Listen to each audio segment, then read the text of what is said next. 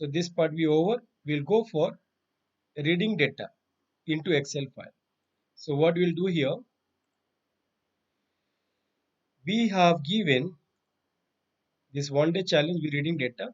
So we have these are the database file is given. We also have given flat files which will go for reading. In the flat file, you have given text file, you have given Excel file. In the text file, you have given both scenario 1 to scenario 4, out of which one is CSV file. The CSV stands for comma separated value file. It is a part of your text file only. We'll go for importing the text file. Now, if you import this text file, scenario 1, let me open this file. What you see, when you see the data, you do not see the heart of the data. Always see the first line of the data. The first line of data indicates you these are the field which is delimited by pipe. Customer ID is a field value is given here. Company value is given here. Card registration date is given here. So each fields are separated by pipe as a delimiter. Now how will you go for reading this data to the Excel file? So let me start here. To read data, you go for creating an Excel file called A2. Reading data into Excel. Open this Excel file, guys. As I said, the default size of the Excel is 7 KB. Now we have opened this. We do not have any data. In order to get data, we'll always go to data tab. So in this data, you'll go for finding get and transform data, in which you have given get data from the text or CSV file. The moment you click on it, it will ask you where you want to browse the data. So we would be looking for browsing the data. So I'll go to data. In this, I'll go for my ODC challenge, which is given over here, the class. In between, I have created Excel base and advanced. Inside Excel base and advanced, I have my reading data, where I go for reading data from the flat file as a text file. I have 4 scenarios. I go to scenario 1. The moment I click on scenario 1, Excel has its own cognitive approach, which is in the latest version of the Excel, which has identified there is a delimiter for pipe. It shows the first 200 rows how your data looks like.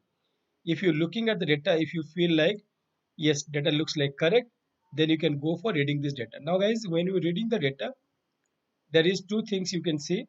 In the numeric field, if the value is missing, is saying null. If in the character field the value is missing, it is coming as a blank here. Okay. Now you say load data. The moment you say load data, it will load data from the text file to the Excel file here. This is how we go for importing data. By the time you import data, there is a Power Query which is created in Excel, which is there in 2019 and 2000 Office 365, not in the previous version of the Excel. Now, what is the Power Query? You can go and keep your cursor over here. It shows the Power Query about how your data has been imported from a text file to an Excel file, giving this step by step all the field names, showing that what is the source file which you are going to read data. If you want to edit, if you want to delete certain fields, you can use this workspace here, which is going to help you to editing the data as well as deleting the columns if you want to. So this is how we go for importing data. Now this is the sheet. You can go rename the sheet, writing here data from text file. Now you'll go for reading data from a CSV file. Again, you will go to data, choose the file location as from the CSV file. CSV stands for comma separated value file. So the moment you go for importing data, automatically system has identified it's a comma delimiter file. You say load data now. So it's going to load data from A1. So data has been loaded. So this is called from CSV file. Okay guys. Now we learned about how to get data from Excel to Excel. To get data from Excel to Excel, what you can do here, go to data from worksheet or workbook. Inside this workbook, you have given as Excel files. Go to click on, there are 2 versions of Excel is given. One is .xls, which is 97-2003 Excel file. You can see it here. If you save the Excel file into old version, definitely the file size is going to be bigger And if you want to get data from the latest version of Excel, it is going to Excel SX file. Click on this. And this is how you go for importing data from Excel to Excel by selecting the sheet name which you want to import from that Excel file. You got for importing data now. So this is from CSV file, sorry, from Excel file. Now we'll go for importing data from Access database. How will you go for importing data? From, you choose it here from database file as Access database file. Your file is located under database file here. If you click on this, made data is called made SCCDB is the Access database. Inside this database, you have two tables. One is called made table, one is called student table. So let me go for importing the student table. I select the student table. It shows me here how the student table looks like. I said all fine, I want to import the data. So I'm just importing the data here.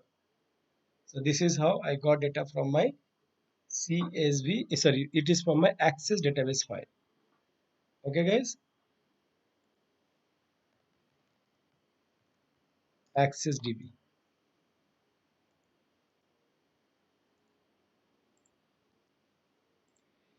Now, how to get data from any database server? I can go to reading data from SQL Server. Let me try SQL Server because in my system, locally I have installed SQL Server. I can get data. So the moment I click on SQL Server, it is asking me the server name. If I forget server name, I can put dot indicates to local server. Now it is going to show me what are the databases I have. I go to this database. Inside this database, I have a table called made table. I just go for reading this data from made table. I say load data. The moment I say load data, this is what data has come from SQL Server. Now the question will come to you. Can we get data from Oracle? Can we get data from Teradata? Can we get data from other database server? Yes. How to do that? You choose it here. From database file, it is given to get data from Oracle, from DB2, from MySQL, from Postgre, from Sybase, from Teradata, from SAP HANA database. You can go and connect, get the data. Just in case you want to get data from cloud environment, you can go to Azure. These are the Azure databases where you can go for reading data. You can also get data from online file where you can go for getting data from SharePoint, or you can get data from Microsoft Exchange Online, or there is some Dynamic 365 online file which you can import, or from Facebook also you can import data, or other way around you can go for getting data, merging and appending table directly. So these are the different way where you can go for importing data into your Excel environment. So guys, we have completed now how to go for importing data to an Excel file. I close this file here. Now the next is how to go for exporting data. So we'll read this here. A3 as writing data from an Excel file, which is going to exporting data. What does it mean? So let's open your Excel file here. Okay. So now I want to get data.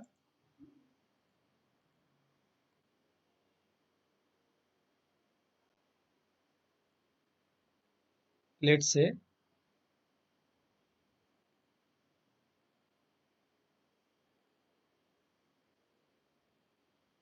I go for reading this data.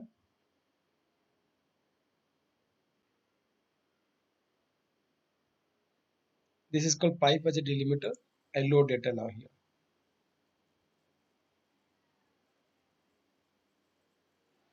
This is what the data which you have it here, guys, right? So now this data I want to save it to multiple files. What I'll do here, when I want to say export data, I will always choose save as. I can save as Excel file.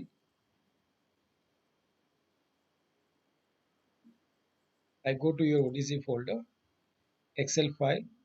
I go for writing data from an Excel file. I save this file called May 2020 as the file name. I save this file to .xlsx file. I can also save as one more time to the same file, to the same location, as called as a text tab delimiter file. So I can see my data has been exported to this folder with an XLSX file as well as .txt file. I can store this data one more time into the same location by as a comma separated delimiter. So comma delimiter means CSV file. I can store this data to a CSV file. Right guys, I can see CSV file. I can also save this data into the old version of Excel, which is 97 2003. If you save this to 97 2003 Excel, what happens, it will ask you the compatibility because you're going from higher version to the lower version. You said continue. The moment you say continue, you see the file has come in, which is 1.8 MB. Same way, you select this data, go to file, save as. You choose it here. You can save this file to macro enabled workbook, which is called Excel macro enabled workbook here. The file has been stored with Excel SM file. It's a macro enabled workbook. You can also save this file to this part as a binary file. You can choose it here, binary mode file. What will happen? What is the purpose of saving data into binary file? Because it will reduce the size up to half. You can see the binary file XLSB, which has come in 369 KB as compared to the original file of the Excel file, which is 686 KB. But if you save it to the old version, it's going to be 1856 KB, just 3 times or 6 times of the binary mode file. Or you can save data to .txt file, .csv file. This is how, guys, we should know about how to go for exporting data from Excel to different file formats. Always remember, when you are working into Excel and your Excel is having some VBA code, that Excel file should be saved as Excel SM format, which is Excel macro enabled worksheet format. Okay, so this is how we have completed how to go for importing and how to go for exporting data into Excel environment. Now the next thing which we are going to discuss now, which is called connection properties. This is very important, guys. So let me explain what is connection properties. We'll go for having the class now, which is called Excel connection properties.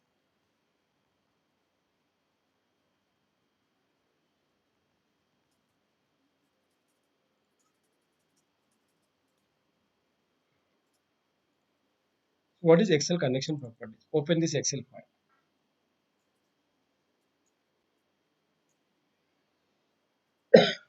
So guys, in your Excel connection properties, there is a database which is given as customer transaction base. If you open this customer transaction access database, it has given data which is around 23 customers information is given in this file. So what I did here, guys, I go for importing this data to my Excel. What I'll do here, data, choose from database file as access database file. I go for reading data from my ODC folder where I go to Excel base and advanced. I go for connection properties. I have a database here which I go for importing data now. The moment I go for importing data, it shows me the table which I want to import now. Transform the data. So the moment you say load, you can see the data has been loaded from this data has been loaded from Access database. Now what happens, guys, when you go for importing data, you have to go for selecting the properties. In this properties, you go to choose the properties as refresh data when opening of the file or refresh data in every 5 minutes. Whatever you feel good, you can go and put there. I said okay. What does it mean? As of now, you can see here, I have around 23 is the employee ID or customer ID is given. Understood, guys? 23. Now, I just close my Excel. I go back to my Access database. In this Access database, what I do here,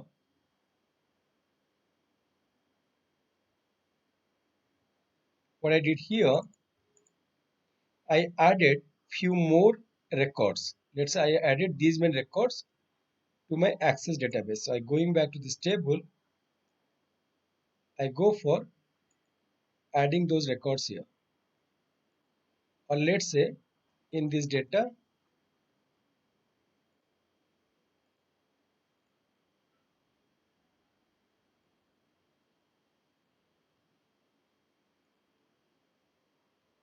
I copied this entire records.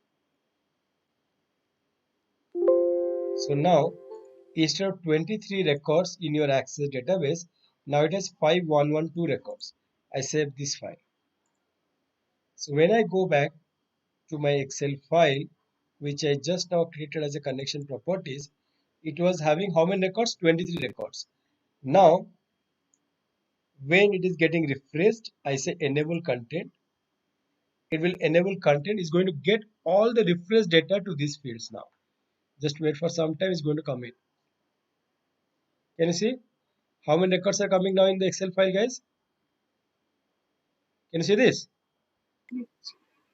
Yes, sir. Okay. So this is called use of in your data which you have selected as a connection properties. You have selected the properties as when opening of the file refresh the data. So now it has refreshed data when opening of the file which is connected to the Access database. If the Access database data is getting refreshed, your Excel data is also getting refreshed over here. So initially it was 23 records. Now though the Access has been refreshed with 5112 records, your Excel is also reflecting by 5112 records. Understood, guys? Guys, are you able to understand this? Yes. Yes, sir. Yes, sir. So this is called use of connection properties. It's very, very important, guys. Okay. So now we have finished up to connection properties. Now we'll start with VLOOKUP. Okay. Let me start with a VLOOKUP example.